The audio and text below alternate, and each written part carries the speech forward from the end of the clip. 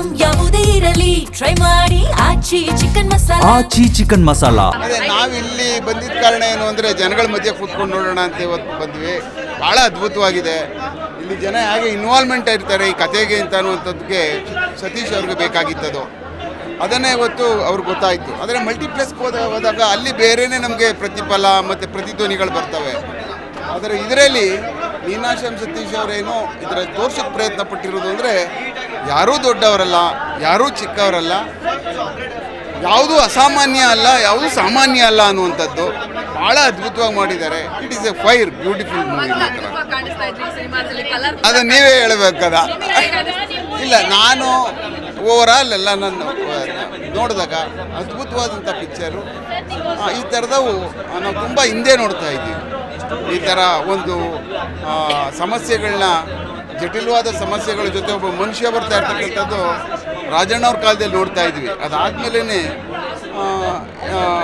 ಪುನೀತ್ ಅವರಲ್ಲಿ ನೋಡ್ತಾ ಇದ್ವಿ. ಅದಾದಮೇಲೆ ಇವಾಗಲೇ ಅಂತ ಈ ಒಂದು ಇವತ್ತೇನು ನಾವು ನೋಡಿದ್ವೋ ಇದು ಅದ್ಭುತವಾಗಿ ನೋಡೋಕೆ ಬಂದಿದೆ. Thank you. ಹೌದು. ಇಲ್ಲ, ದಡು ಯಾವಾಗಲೂ ಟೋಟಲಿ ಯಾವಾಗ ನಾವು ಎಲ್ಲಿ ಯಾವ ಕ್ರೌಡಲ್ಲಿ ಕೂತ್ಕೊಂಡು ನೋಡ್ತೀವಿ ಅನ್ನೋದು ಇಂಪಾರ್ಟೆಂಟು. ಪಿಕ್ಚರು ಹೇಗೆ ಜನ ಇನ್ವಾಲ್ವ್ಮೆಂಟ್ ಆಗಿದ್ದಾರೆ, ಇನ್ವಾಲ್ವ್ಮೆಂಟ್ ಆಗಲಿಲ್ಲೋ ಗೊತ್ತಾಗ್ಬಿಡ್ತದೆ.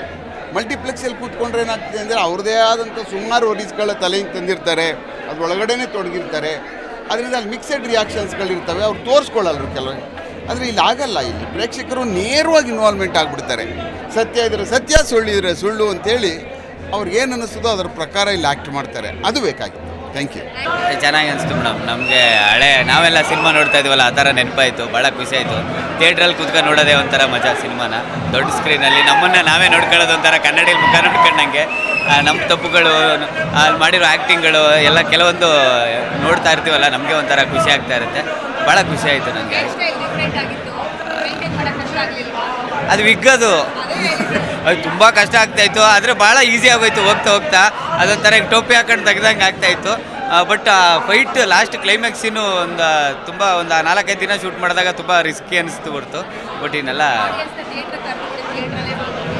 ದಯವಿಟ್ಟು ನಾವು ಅದನ್ನು ಪ್ರತಿ ಸಲ ಯಾವಾಗಲೂ ಹೇಳ್ತಾ ಇರ್ತೀವಿ. ನಮ್ಮ ಸಿನಿಮಾ ಇವತ್ತು ಥಿಯೇಟ್ರಿಗೆ ಬಂದಿದೆ, ರೈಸ್ ಆಫ್ ಅಶೋಕ. ಎಲ್ಲರೂ ಟಿ ವಿಗೆ ಬರೋ ಗಂಟ ಕಾಯ್ಬೇಡಿ, ದಯವಿಟ್ಟು ಥಿಯೇಟ್ರಿಗೆ ಬಂದು ಆ ಸಿನಿಮಾನ ನೋಡಿ ಅಂತ ಕೇಳ್ಕೊತೀನಿ. Thank you. ನಮ್ಮ ಮಣ್ಣಿನ ಕತೆ ಒಂದು ಗೆದ್ದಿರುವ ಕತೆ ಅಂತ ಹೇಳೋಕ್ಕೆ ಇಷ್ಟಪಡ್ತೀನಿ. ಸತೀಶ್ ಸರ್ ಕನಸು ಇದು. ನಾನು 1 ವರ್ಷದಿಂದ ಯೋಗ್ಯ ಟು ಟ್ರಾವೆಲಲ್ಲಿ ನಿರ್ದೇಶನ ವಿಭಾಗದಲ್ಲಾಗ್ಬೋದು, ಸೌಂಡಿಂಗು, ರೀ ರೆಕಾರ್ಡಿಂಗ್ ಎಲ್ಲಾದರೂ ಸತೀಶ್ ಸರ್ ಕುತ್ಕೋತಾ ಇದ್ರಿ ಸಿನಿಮಾಗೆ. ಯಾಕಂದರೆ ಅವ್ರ ಹೆಗ್ಲ ಮೇಲೆ ಸಿನಿಮಾ ಬಂದಿತ್ತು. ಅವರು ತುಂಬ ಕನಸು ಕಂಡ್ಕೊಂಡು ಅವ್ರು ಇವತ್ತು ಎಮೋಷನ್ ಆಗಿದ್ದಾರೆ. ಏನಕ್ಕೆ ಅಂತ ಹೇಳಿದ್ರೆ ರಿಸಲ್ಟ್ ಬಗ್ಗೆ ಅಲ್ಲ, ಅವರು ಒಬ್ಬ ನಿರ್ದೇಶಕನಾಗಿ, ಒಬ್ಬ ನಟನಾಗಿ ಸಿನಿಮಾಗೆ ಭಾಳ ದೊಡ್ಡ ಕನಸು ಕಂಡವರು. ಈ ಸಿನಿಮಾ ಹಿಂಗೆ ಬರಬೇಕು, ಹಿಂಗೆ ಮಾಡಬೇಕು ಅಂತ. ಈಗ ನಾನು ಯೋಗಿಟ್ಟು ಈಗ ನನ್ನ ಜವಾಬ್ದಾರಿ ಹಾಕ್ಬಿಟ್ಬಿಟ್ಟು ಅವ್ರು ಬರೀ ಆ್ಯಕ್ಟ್ರ್ ಅಷ್ಟೇ ಇವಾಗ ಆ ಸಿನಿಮಾಗೆ. ಬಟ್ ಇಲ್ಲಿ ಒಬ್ಬ ನಿರ್ದೇಶಕರು ತೀರೋದಾಗ ಅದನ್ನು ತನ್ನ ಹೆಗ್ರ ಮೇಲೆ ಹಾಕ್ಕೊಂಡು ಇನ್ನೊಬ್ಬರು ಹೊಸೂರನ್ನ ಡೈರೆಕ್ಟರ್ ಇಟ್ಕೊಂಡು ಮಾಡಬೇಕಾದ್ರೆ ಅದನ್ನು ಗೆಲ್ಲೇಬೇಕಾಗತ್ತೆ. ಆ ಕಾನ್ಫಿಡೆನ್ಸು ಅವ್ರು ಯಾಕೆ ಇಷ್ಟು ಹುಚ್ಚುತನ್ನು ತೋರಿಸ್ತಾ ಇದ್ರು ಒಂದು ಪಬ್ಲಿಸಿಟಿಲಿ.